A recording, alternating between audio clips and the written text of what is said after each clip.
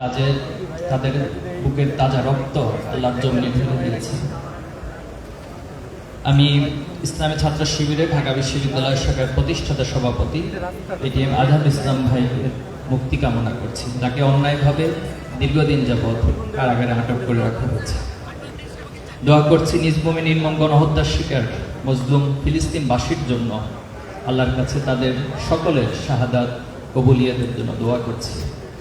আল্লাহর এই দিনকে বিজয় করতে গিয়ে এবং ফ্যাসিবাদের দমন পীড়নে নানা সময়ে যারা আহত হয়েছেন, পঙ্গুত্ব বরণ করেছেন, মহান রাব্বুল আলামিনের কাছে তাদের জন্য দোয়া করছে আল্লাহ তাআলা তাদেরকে সুস্থতা এবং উত্তম যাজা দান করুন, আল্লাহুম্মা আমিন।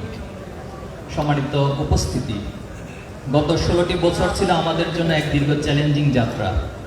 এ সময়ে আমরা ফ্যাসিজমের করাল গ্রাসে শতাধিক ভাইকে হারিয়েছি। ফ্যাসিজমের নির্যাতনে আমাদের অসংখ্য ভাইয়েরা শহীদ হয়েছেন, রক্ত ঝরিয়েছেন, আমাদের অনেক ভাইয়েরা পঙ্গুত্ব বরণ করেছেন। হাজার হাজার ভাইদেরকে গুম করা হয়েছিল। সেই গুমকৃত ভাইদের মধ্য থেকে অনেকের লাশ আমরা পেয়েছি, অনেককে আহত পঙ্গুত্ব অবস্থায় পেয়েছি। এখানে অনেক ভাইরা উপস্থিত আছেন যারা গুমের শিকার হয়ে আল্লাহর একান্ত মেহেরবানিতে হয়তো আহত হয়ে অথবা পঙ্গুত্ব বরণ করে আমাদের মাঝে ফিরে এসেছে। কিন্তু এখনো 6 জন ভাইয়ের কোনো খোঁজ আমরা পাইনি। এই ভাইয়েরা কোথায় আছে, কেমন আছে আমরা জানি না। আমরা আল্লাহর কাছে আজকের এই ইফতার মাহফিল থেকে দোয়া করছি, আল্লাহ তাআলা আমাদের ভাইদেরকে আমাদের মাঝে ফিরিয়ে দিন, আমিন।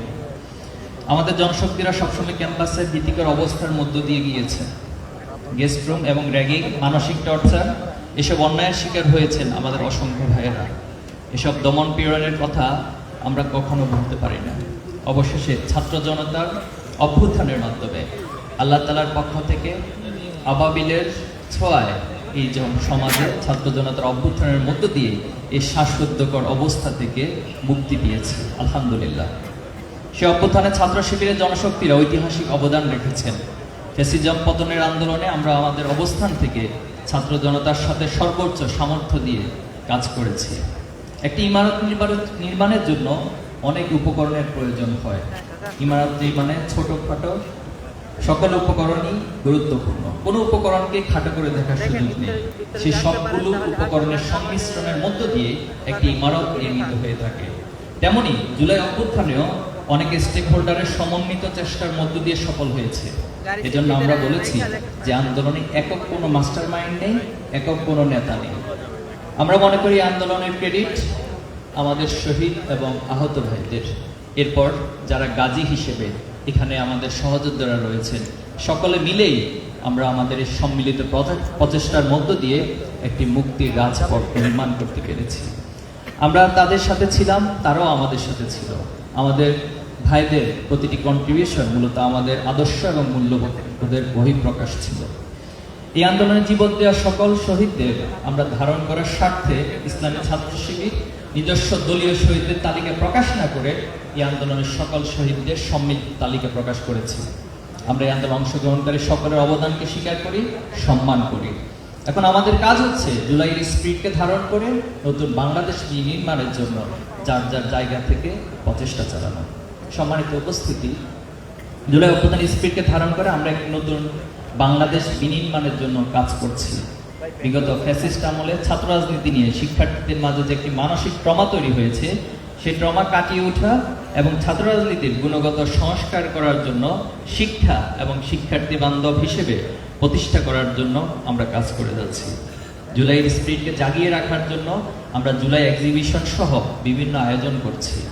আমরা ফ্যাসিস্ট আমলে ভয়ের সংস্কৃতি ভেঙে সকলের জন্য বিকশিত হওয়ার শিক্ষাঙ্গনের এমন একটি পরিবেশ তৈরির জন্য কাজ করছি। তাই নিজেদের ব্যাপক ভিত্তিক ছাত্র কল্যাণ এবং সেবামূলক কাজ নিয়ে শিক্ষার্থীদের মাঝে হাজির হওয়ার জন্য চেষ্টা করে যাচ্ছি। প্রতিষ্ঠা লগ্ন থেকে ইসলামী ছাত্র শিবির সৎ, দক্ষ ও দেশপ্রেমিক নাগরিক তৈরির লক্ষ্যে কাজ করছে। আমরা আমাদের কাজগুলোর আরো বেগবান করার জন্য চেষ্টা অব্যাহত রাখছি। সম্মানিত উপস্থিতি, জুলাই স্পিরিট আলোকে নতুন বাংলাদেশ বিনির্মাণে আমাদের আগামী দিনের চ্যালেঞ্জও কম নয়। শাহবাগের ইরানত যাদের পাটাতনের উপরে বাংলাদেশে ফ্যাসিবাদ কায়েম হয়েছে, তারা আবার মাথা ছাড়া দিয়ে উঠার চেষ্টা করছে। পতিত ফ্যাসিস্টরা বিভিন্ন জায়গা থেকে দেশে বিদেশে তাদের ষড়যন্ত্রের কার্যক্রম অব্যাহত রেখেছে। দেশের আইন শৃঙ্খলা পরিস্থিতি এখনো স্বাভাবিক নয়। শিক্ষাঙ্গনগুলো এখনো গণতান্ত্রিক ধারায় ফিরে আসেনি। এসব চ্যালেঞ্জ মোকাবেলা করার জন্য আমাদের সবাইকে ঐক্যবদ্ধভাবে ভূমিকা রাখার কোনো বিকল্প নেই। রমাদান আমাদের সেই নিঃস্বার্থ ভূমিকা রাখার শিক্ষা দিয়ে থাকে। মহান আল্লাহ তাআলা পবিত্র কোরআনে এই রমজানকে ফরজ হিসেবে আমাদের জন্য ঘোষণা দিয়েছেন।